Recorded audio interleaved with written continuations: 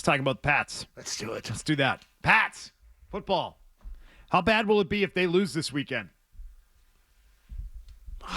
It won't be bad, but it'll get you thinking, now it's an uphill fight. It won't be bad. It will be bad. Will it? Yeah, it will, and I'll tell you why. But like if they lose, all right, go ahead. I'm going to tell you why. Go ahead. If they lose, they've really only got one team on their schedule that they had a big test against. They passed the test in the first go-round against Buffalo. Yep. Let's say they split with Buffalo, and Buffalo wins here, and you also lost to Tampa Bay. Where does that put you in the power rankings? Certainly doesn't have you second in the NFL as, you beat the as teams high you're as supposed one to beat. person put them this week. That you beat the teams you're supposed to beat. That's where it puts you. You split with a team in your division, a really good team, and then the other big-time, hyped-up sort of contest, you lost. So what did you really achieve? You could argue Against the good teams. And I'm not talking about whether or not they had a good season. I'm just talking about in that the expectations and the bar has been raised. And if you think they can go on a little bit of a run in the playoffs, I think you got to have this game.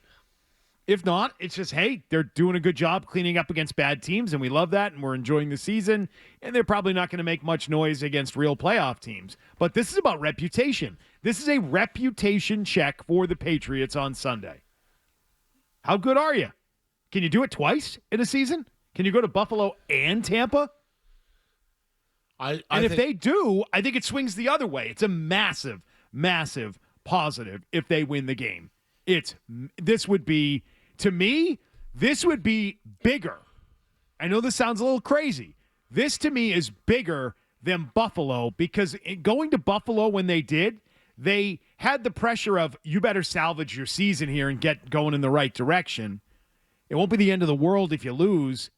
Now there's expectations. Yeah. You're a good team. People think you're a good team. Can you do it when people actually put the pressure of, you got to be good on you? What you have in front of you is, I think, what you have to look at. And I think this is why 41 players were in on their off day, which is amazing to me. That's nothing to shake your head at. Like, I know it's a player's day off on Tuesday. This wasn't a victory Monday, see you Wednesday thing. Get your off for 2 days. I know some guys went to the basketball game the other night, and a couple guys did some charity stuff on Tuesday after they worked out. 41 members of the team were in working out on their off day. That tells me they know what's ahead of them right here, meaning that opportunity that you said, if we win this week, after that we got a short week with with the Jets. This is not a good team, but we're home. Then you got 10 days off to get ready for Cincinnati. Then we go to Cincinnati. Then you got a little stretch where we're at Cincinnati, right? Okay, yeah, there's the schedule right there. Then you have the Monday night against the Giants, which you should take care of at home. And then you got the bye before Baltimore. The Bills. So it's lining up for you. Like, the days off, they've been grinding. Vrabel put it out there, hey, man, this is 10 weeks in. Like, they're grinding. You feel it because it's really 13 weeks because you had the preseason. So it's attrition on your body. You're grinding for 10 weeks. Get on a plane, go down there, play, win this game, and it's all there in front of you. Time off, weaker teams, and then the biggest team that you got to buy before them to get ready for them. Buffalo. Then who knows what Baltimore's going to be like by You've then. only got two teams on this schedule outside of Buffalo that can really boost your reputation. Yeah. It's the Bucs and it's the Ravens. That's it. Yep. There are three teams on your schedule this year that you can boost your reputation. You don't have a big chance to recover from losing to the Bucs. You'll be favored in every other game. Until December. That's the truth. Yeah. You're right. Correct. But I wouldn't look at it like catastrophic because if you go down and you play well and say you lose by a point. No. Not catastrophic to their playoff chances, not catastrophic to their record for the rest of the year. None of that is true. No, but it's like, how do you feel about the team? How do you feel about him? Right. How do you feel about him?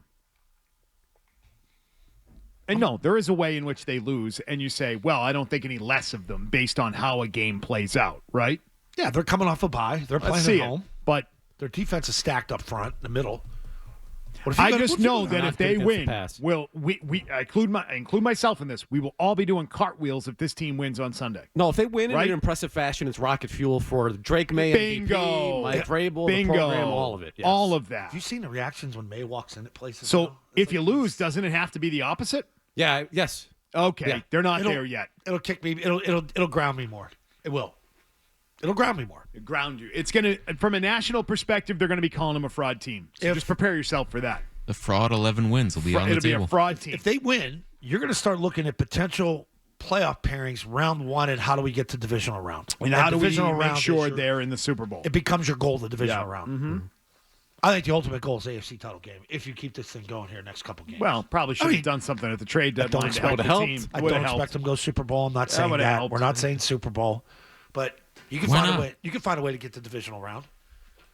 I'll tell bets you are what, off once you because get there. injury-wise, they've been pretty decent all year. Yeah, Now, that started to crop up a little bit last week. Booty going out. Gonzalez having to leave the game. Booty's a big one. Did we get an update on the Discord yet? You know, I don't think It feels like it's been all quiet over there. you're not going to get any more updates on there. Okay. No, you don't think so? Oh, has that Absolutely. been shut down? No more updates. No more booty glazing? No, we're not going to do that. No? Who shut that down? Oh, the Maybe sheriff. that's the why sheriff, Mike- the sheriff in Plainville shut that down. Maybe that's why Mike Vrabel was so pissy yesterday. Maybe that's what it was. He was upset about the booty update. Well, your team's getting nicked up. You didn't complete any trades. Booty's nicked up. You're grinding here. It's 10 weeks in. You're feeling it a little bit. And how dare you ask him to help his roster by making a trade? That was the attitude we got from Mike Vrabel yesterday. How dare you? How dare you want us to get better? Mike Vrabel yesterday getting very testy in his press conference over trade deadline questions the day that the Patriots stand pat. Do you think that is just based on the questions, just based on the second guessing from the media and fans, or is that the stress of this week as well? Him knowing what this game is on Sunday, which he immediately pivoted to on multiple occasions that's it. during the press conference yesterday. He kept pivoting to this week's game, trying to get off the conversation about the trade deadline. And I wonder if the trade deadline was a discussion within his own room. If there are guys in his locker room that started talking about it, and he, as a good coach and what good leaders should do, started to pivot that conversation. The best coaches always say they speak, sometimes they speak through their players and they speak through the media to their players, right? All of that. Kyle Duggar got a game ball in Pittsburgh this week.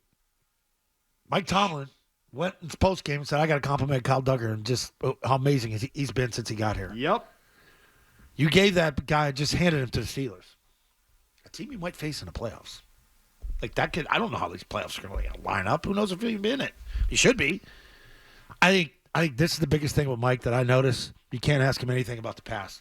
He's a big move forward guy. Like trade deadline happened, I'm gonna be inundated with questions in this damn press conference. He knew that was coming. I think he was ready for that, and that's what pisses him off because he wants to get right to Tampa. He tried to switch it, and that's why Callahan went back at it, and he's don't put words in my mouth. Because I've done it too from off-season stuff. Like, well, when this happened last year, you're going because I don't care what happened here. I don't. It's what I'm doing moving forward.